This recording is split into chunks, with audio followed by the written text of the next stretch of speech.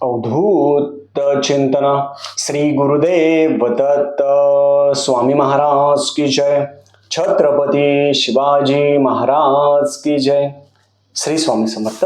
आज मी आपल्याला गुरुपौर्णिमेनिमित्त गुरुचरित्र पारायण कधीपासून सुरुवात करायची, गुरुचरित्र पारायणाचं उद्यापन गुरुपौर्णिमेच्या दिवशी करायचं असेल, मग उद्यापन 7व्या दिवशी करायचं का 8व्या दिवशी करायचं, आपण आपल्या गुरुसाठी काय करू शकतो, सेवा हे महत्वाचं आहे. त्याच्याबद्दल मी आज पूर्ण माहिती सांगणार आहे. चॅनलवर पहिल्यांदा आला असेल तर अवश्य सबस्क्राईब करा, म्हणजे येणार नवीन व्हिडिओ श्री स्वामी समर्थ महाराजांचे गुरुचरित्राचे आणि नवनाथ पारायणाबद्दल माहिती भेटेल. गुरुचरित्र पारायण, गुरुपौर्णिमा हा आपल्या आयुष्यातील महत्वाचा क्षण असतो. आपले आई वडील गुरु आहेच, आपण महाराजांना गुरु केलं, पण एखाद्या देहधारी आणि जिवंत व्यक्तीला गुरु करणं महत्वाचं आहे. जो आपल्याला मार्गदर्शन करत असेल, जे सेवा असेल, अशा व्यक्तीला तुम्ही, देहधारी व्यक्तीला, जिवंत व्यक्तीला गुरु करणं महत्वाचं आहे. तुम्ही म्हणणार आई वडील तर गुरु आहेच. तुम्ही म्हणणार महाराज पण, आपण महाराजांचं पण गुरुमंत्र घेणार आहोत घरच्या घरी, साधं सोपं, ते पण व्हिडिओ टाकणार आहे. पण देहधारी व्यक्तीला आपण गुरु करायला पाहिजे, त्याचे पण मी व्हिडिओ टाकणार आहे. आता गुरुपौर्णिमेच्या निमित्त गुरुचरित्र पारायण आपल्याला करायचं आहे. 3 दिवसाचं गुरुचरित्र पारायण पण करू शकता, 7 दिवसाचं पण गुरुचरित्र पारायण करू शकता, काही हरकत नाही. आज 22 तारीख आहे, आज बुधवार आहे. उद्यापासून, गुरुवारपासून तुम्ही 3 दिवसीय गुरुचरित्र पारायण करू शकता. गुरुवार, शुक्रवार, शनिवार. खूप जण म्हणणार शनिवारी आषाढी एकादशी आहे. आषाढी एकादशी जरी असली तर उपवास द्वादशीला सोडा, काही हरकत नाही. 3 दिवस महिलांनी गुरुचरित्र पारायण, कोणतं पारायण करायचं महिलांनी, त्यांनी दिंडोरी प्रणीत गुरुचरित्र पारायण वाचा. खूप जण म्हणणार मग आम्ही मोठं वाचतो, मोठं नका वाचू. महिला असेल पुरुष असेल, तुम्ही दिंडोरी प्रणीत गुरुचरित्र पारायण करू शकता. मग गुरुपौर्णिमेनिमित्त गुरुचरित्र पारायण करायला काय महत्व आहे, कारण की गुरुपौर्णिमेला आपण महाराजांना सेवा समर्पित करणार आहे. काय सेवा करणार आहे आपण वर्षभरात किती गुरुचरित्र पारायण केले असेल, घरी केले असेल, केंद्रामध्ये, मठामध्ये, गाणगापूर, कुठेही पारायण केले असेल, त्या पारायणाची नोंद आपण गुरुपौर्णिमेच्या दिवशी महाराजांच्या चरणाजवळ ठेवायची. रोज किती जप केला त्याची नोंद ठेवायची.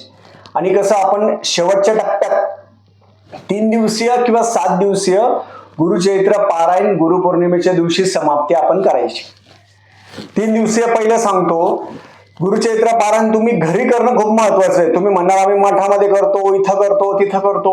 आपलं पहिले घर, घरामध्ये वास्तुदोष, पितृदोष, वादविवाद, भांडणं, घरामध्ये दोष असतात आपल्या. मग त्याच्यामुळे कधीही लक्षात ठेवा, सगळ्यात प्रथम आपल्या घरी गुरुचरित्र पारायण करायला पाहिजे. आपल्या घरी पूजा मांडणी कशी करायची मी व्हिडिओ स्क्रीनवर दाखवेल. साधी सोपी करा. पाठ असेल पाठ मांडा, चौरंग असेल चौरंग, काही नसेल नुसती पोथी ठेवा तरी चालेल. जे बॅचलर मुलं असेल, हॉस्टेलवर राहत असेल, कुठं राहत असेल, पोथी ठेवा, पाठ ठेवा, पोथी ठेवा, बस. ज्यांना शक्य असेल त्यांनी तुपाचा दिवा, तेलाचा दिवा, कलश मांडणी ते करू शकता आपल्या याच्यानुसार. छोटं घर असो, मोठं घर असो, वाचन करायला महत्व आहे. आपलं घर बंगला मोठा असो, केकावर असो, काही फरक नाही पडत, वाचन करणं महत्वाचं आहे. झोपडीत पण देव असतो, बंगल्यामध्ये पण देव असतो. तर मग करताना पूजा मांडणी करायची. उद्या सकाळी गुरुचरित्र पारायण कधी वाचायचं, गुरुचरित्र पारायण हे आपण सकाळच्या वेळेस वाचावं. सकाळी 3 वाजेनंतर गुरुचरित्र पारायण आपण वाचू शकता ते 12 वाजेपर्यंत. लक्षात ठेवा. खूप जण म्हणता मग संध्याकाळी वाचायचं, खूप जण कमेंट करता संध्याकाळी गुरुचरित्र वाचायचं नाही, खाऊन पिऊन गुरुचरित्र पारायण करायचं नाही.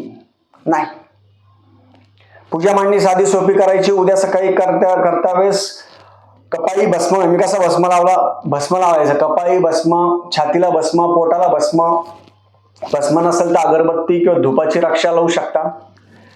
सवळ, पुरुषांनी सवळ घालायचं प्रॉपर. कुरोपूरला आम्ही गेलो होतो तर कुरोपूरमध्ये सवळ नसेल तर आतमध्ये येऊ देत नव्हते, ते बाहेर जा म्हणायचे. फक्त लुंगी, वर पण काही नाही, उपवस्त्र पण नाही, महिलांना साडी. सवळ खूप महत्वाचं आहे. म्हणून पावित्रता आपण राखली पाहिजे, पावित्रता राखली पाहिजे. तिथं फक्त लुंगी, मी फक्त लुंगी घातली, बाकी काहीच नाही, बाकी काहीच नाही. मग हे केल्यानंतर महिलांनी पण साडी असेल आपल्या हिंदू संस्कृतीनुसार करायचं. साडी आहे ती रोज धुवायची, दुसऱ्या दिवशी परत आपण ती साडी परत सुकून परत ती घालू शकता. भस्म लावायचं, पुरुषांनी पण सवळं घालायचं, सवळं पण रोज धुतलं चांगली गोष्ट आहे. वाळू घालायचं, दुसऱ्या दिवशी ते घालून घ्यायचं. तुम्ही पारायण करायच्या अगोदर संकल्प करायचा, हातामध्ये पाणी घ्यायचं, गंध, अक्षदा, फुल, तुमचं नाव घ्या, गोत्र घ्या, गोत्र माहित नसेल काश्यप गोत्र म्हणा, आणि म्हणायचं की गुरुपौर्णिमेनिमित्त आम्ही 3 दिवसीय किंवा 7 दिवसीय गुरुचरित्र पारायण करत आहोत. 3 दिवस किंवा 7 दिवस. पोथीला नमस्कार करायचा, पोथी डोक्यावर घ्यायची, पोथीला नमस्कार करायचा आणि गुरुचरित्र पारायण सुरू करण्याच्या अगोदर घाबरायचं नाही. मनातली भीती दूर करा. गुरुचरित्र वाचताना मराठीमध्ये वाचायचं का संस्कृतमध्ये वाचायचं? पहिले संस्कृत वाचून घ्यायचं, नंतर मराठी भावार्थ वाचून घ्यायचा, म्हणजे आपण काय वाचतोय ते आपल्याला कळेल. हे केल्यानंतर आपण रोज सकाळच्या वेळेस एक दिवस ठरवून घ्यायचा, सकाळच्या वेळेस वाचून घ्यायचं. 3 दिवस पारायण करायचं असेल तर तुम्हाला पहिल्या दिवशी 1 ते 22 अध्याय, पहिल्या दिवशी 1 ते 22 अध्याय, दुसऱ्या दिवशी 23 ते 33 अध्याय, 23 ते 33 दुसऱ्या दिवशी, आणि तिसऱ्या दिवशी 34 ते 53 अध्याय. 1 ते 22, 23 ते 33, 34 ते 53. म्हणजे गुरुवार, शुक्रवार, शनिवार 3 दिवस होईल. शनिवारी आषाढी एकादशी आहे, त्या दिवशी फराळ दाखवू शकता. आषाढी एकादशी असल्यामुळे तुम्ही दुसऱ्या दिवशी द्वादशीला नैवेद्य आरती करून ब्राह्मणाला शिदा, दक्षिणा, वस्त्र देऊन आपण गुरुचरित्राचं उद्यापन आपण त्या दिवशी करू शकता, रविवारी. आता ज्यांनी 7 दिवसाचं करायचंय, 7 दिवसाचं करायचंय, त्यांनी रोज आपल्या अध्यायाप्रमाणे रोज अध्याय वाचावे आणि गुरुपौर्णिमेच्या दिवशीच उद्यापन करायचं. ज्यांनी 7 दिवसाचं पारायण केलं त्यांनी गुरुपौर्णिमेच्या दिवशीच उद्यापन करायचं. वरण, भात, भाजी, पोळी, ब्राह्मणाला शिदा, दक्षिणा, वस्त्र द्यायचं आणि उद्यापन करून घ्यायचं. या 7 दिवसामध्ये ब्रह्मचर्याचं पालन करायचं. लक्षात ठेवा, गुरुचरित्राचे 3च नियम लक्षात ठेवा, बाकी काही आवश्यकता नाही. सगळ्यात पहिले ब्रह्मचर्य. खूप जण गुरुचरित्र पारायण करतात आणि त्यांचं ब्रह्मचर्य पालनच होत नाही. कशाला गुरुचरित्र पारायण करता, हा माझा प्रश्न आहे तुम्हाला.